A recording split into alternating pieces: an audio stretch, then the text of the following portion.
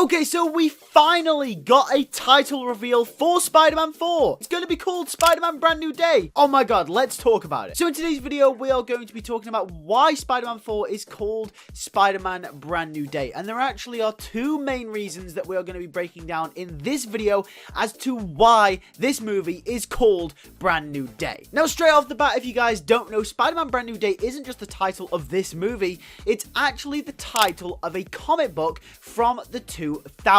Spider-Man Brand New Day actually is the comic that follows the very infamous storyline Spider-Man One More Day, which sees Peter Parker and Mary Jane's marriage be called off because of Mephisto. Very controversially, that story wasn't taken too well to the fans, and of course it is now famous in comic book lore as being the story that ultimately destroyed a lot of what people love about Spider-Man. Brand New Day was actually the story that followed One More Day, and that is where this title is taken from. Brand New Day was actually the start of Dan Slott's comic book run on Spider-Man, which ran all the way up until 2018. But what is so significant about the Brand New Day storyline that warrants Spider-Man 4 to take it as its title? Well, like I mentioned, Brand New Day was actually a follow-on of Spider-Man One More Day. Now, Spider-Man One More Day was actually already adapted in Spider-Man No Way Home. Yes, that's right, Spider-Man No Way Home is actually an adaptation of this highly controversial story. But unlike One More Day, No Way Home took some liberties with the story. In One More Day, the reason Peter and Mary Jane's marriage is actually called off by Mephisto is because Aunt May was dying. In the Civil War storyline, Kingpin actually hires a hitman on Aunt May after Peter Parker reveals his secret identity as Spider-Man, and Aunt May is going to die. The only way that Peter is able to save her is through making a deal with the devil, which is Mephisto. And he basically has to trade in his marriage with Mary Jane Watson to save Aunt May's life. Now, the story was actually adapted in Spider-Man No Way Home because Peter and MJ currently actually don't know each other, and their knowledge of each other's relationship was traded in to save the entire multiverse. So yeah, a few liberties were taken, but generally No Way Home is considered a better version of the story than One More Day. So with that in mind, Spider-Man 4 being called Brand New Day makes a lot of sense. It was the comic that followed One More Day, and Spider-Man 4 is obviously the movie that follows Spider-Man No Way Home, so it makes total sense. Brand New Day, the comic book, is actually the comic book in a lot of ways that saw Spider-Man sort of go back to his roots. He had girl problems, he wasn't in a relationship anymore.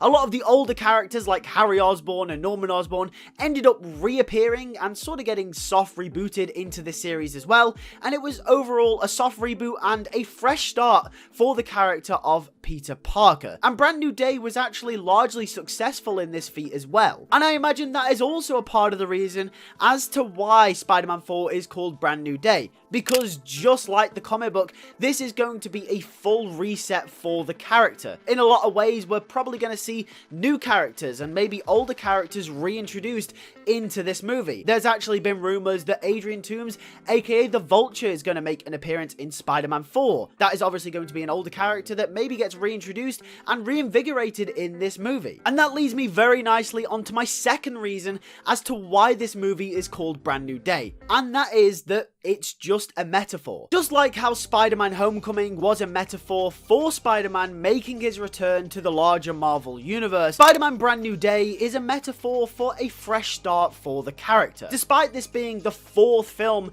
in the Tom Holland franchise, technically it's just as much as a first film as it is that fourth film as well. Because yes, it is continuing the story of this version of Peter Parker, but in a lot of ways this is also going to be a soft reboot and also a fresh start for the character. Not only are we going to have brand new characters in this film, like Sadie Sink has just been cast in the movie, but we've also got a brand new director, and that means there's going to be a brand new take that's different to John Watts' version of this character. Not only that, no one in the MCU remembers who Peter Parker is, so not only is it going to be a fresh take on the character visually and storytelling wise, but also in universe, no one knows who this character is, meaning that we are basically working from the ground up with Spider-Man again. So not only does this movie have ties to its origin comic book, adapting some of the story elements from that storyline, but yes, this is also just as much a metaphor for the movie as well. This will literally be be a brand new day for the character,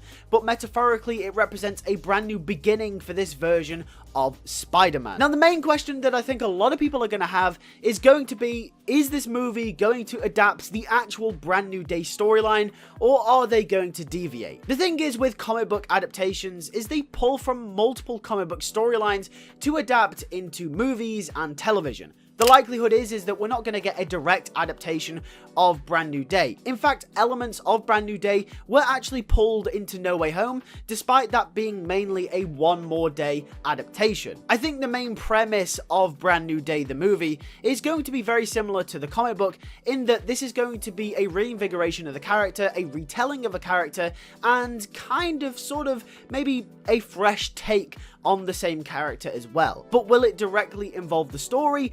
I'm not so sure. However, we also do have to consider that Brand New Day used Mr. Negative as one of its main villains, and one of the main villains that has been touted for Spider-Man 4 is actually Mr. Negative himself. And a lot of the evidence towards who the villain will be for Spider-Man 4 has actually been Mr. Negative over the last couple of years since Spider-Man No Way Home. Not to mention, Feast has actually made an appearance in the MCU, so introducing Martin Lee wouldn't be that big of a stretch. So yes, Brand New Day could also be referring to the fact that Mr. Negative is going to be the main villain of this movie as well. Who knows? That brings me on to my last question. Is it a good title, despite all the connections to the comics and it being a metaphor for this version of the character?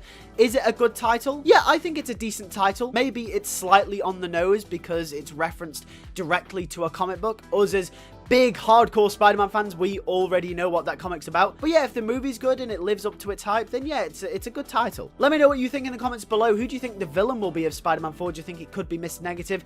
And do you like the title for Spider-Man 4? I want to hear all your thoughts in the comments down below. Thanks for watching. I'm going to be posting a video later on in the next few weeks about who I think Sadie Sink will be playing in the movie. That's really interesting. Make sure you check that out. I'll see you guys in the next one. Take care and peace.